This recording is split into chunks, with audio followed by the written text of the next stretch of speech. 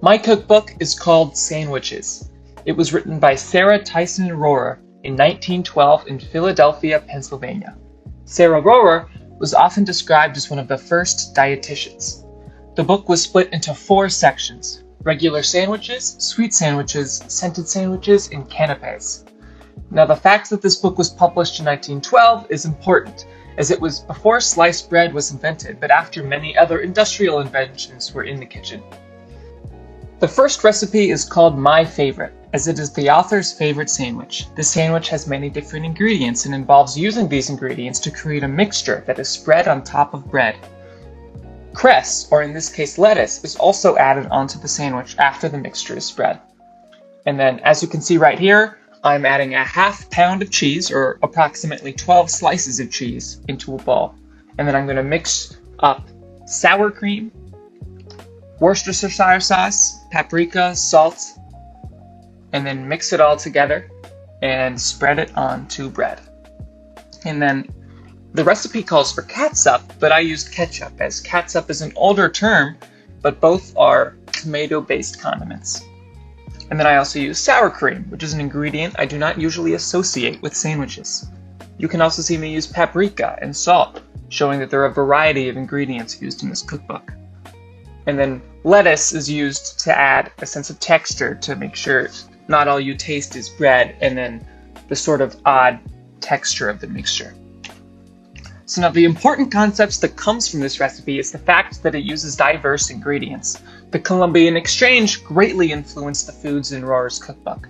Just looking at this recipe, we see that paprika and tomatoes are from the Americas, while cheese and sour cream, being dairy products, are from Europe. Pilcher mentions that industrialization shifted the balance of power that started with the Columbian Exchange, allowing Europeans to exploit the resources of distant continents.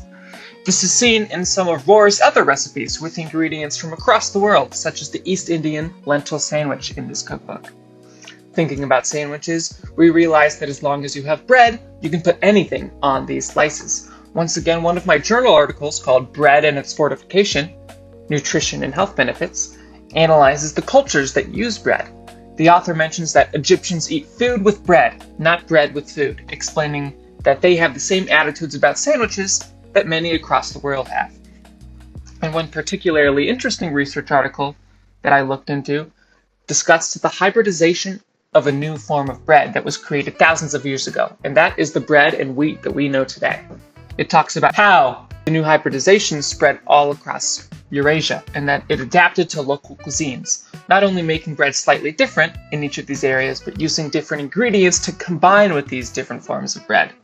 This is exactly the attitude one should have when making sandwiches. You use whatever ingredients you have to make them. And this is the idea, culmination, and result of hundreds of years of Columbian exchange, with each person in each continent having diverse foods that can be combined with bread. Overall, this cookbook allows for the average reader in 1912 to modify the ingredients, such as bread, to suit their needs, and also use many recipes with countless ingredients that would allow the average person to use at least one of these recipes. It is also quite modern for the time, using industrial ingredients like canned food, such as canned salmon in one of the recipes, as well as ingredients that result from the Columbian exchange. Earlier, I mentioned the East Indian lentil sandwich. The ingredients within this sandwich are common, being pecans, salt, butter, and parsley, with just 2 ingredients making it different: the curry and the lentils. This could show 2 things about this cookbook. It could show the globalization of cuisines at this time, as including curry into a recipe could mean that curry is an ingredient that's spread throughout the world. It could also mean that the author tried to factor in the immigrant community from South Asia, who would have easier access and common use of curry and lentils.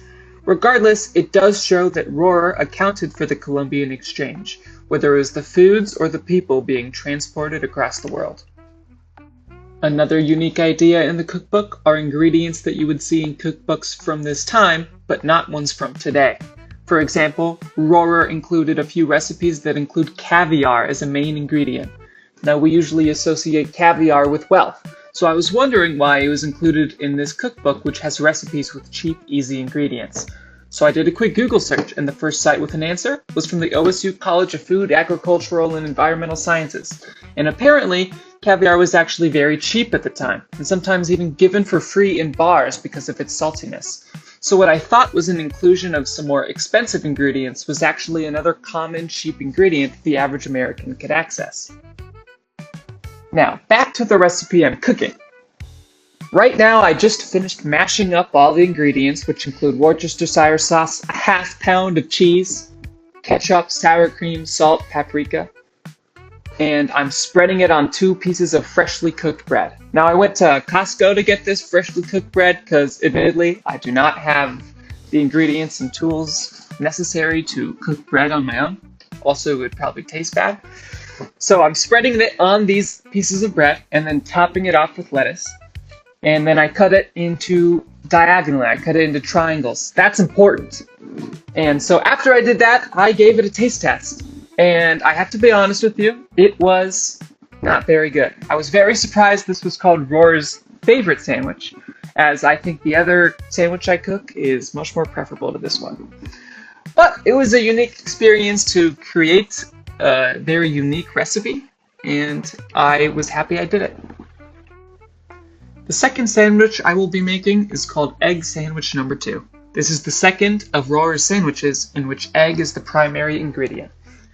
As you can see, I will be cutting hard-boiled eggs into thin slices, and this is important because I'm trying to make these 2 eggs go as far as possible, so I'm trying to cut them as thin as I can. You will also see me using salt and pepper to season the eggs and the bread, and eventually you'll see that what I'm doing is I'm buttering the bread before I slice it. Many times throughout this cookbook, she instructs the reader to do this, but she doesn't actually say why. I believe it is because then you don't crush the bread as you're buttering. Also, this way you can also cut how thin or thick you want your slices of bread, depending on the person, depending on the bread, depending how far you want to get the loaf of bread to go.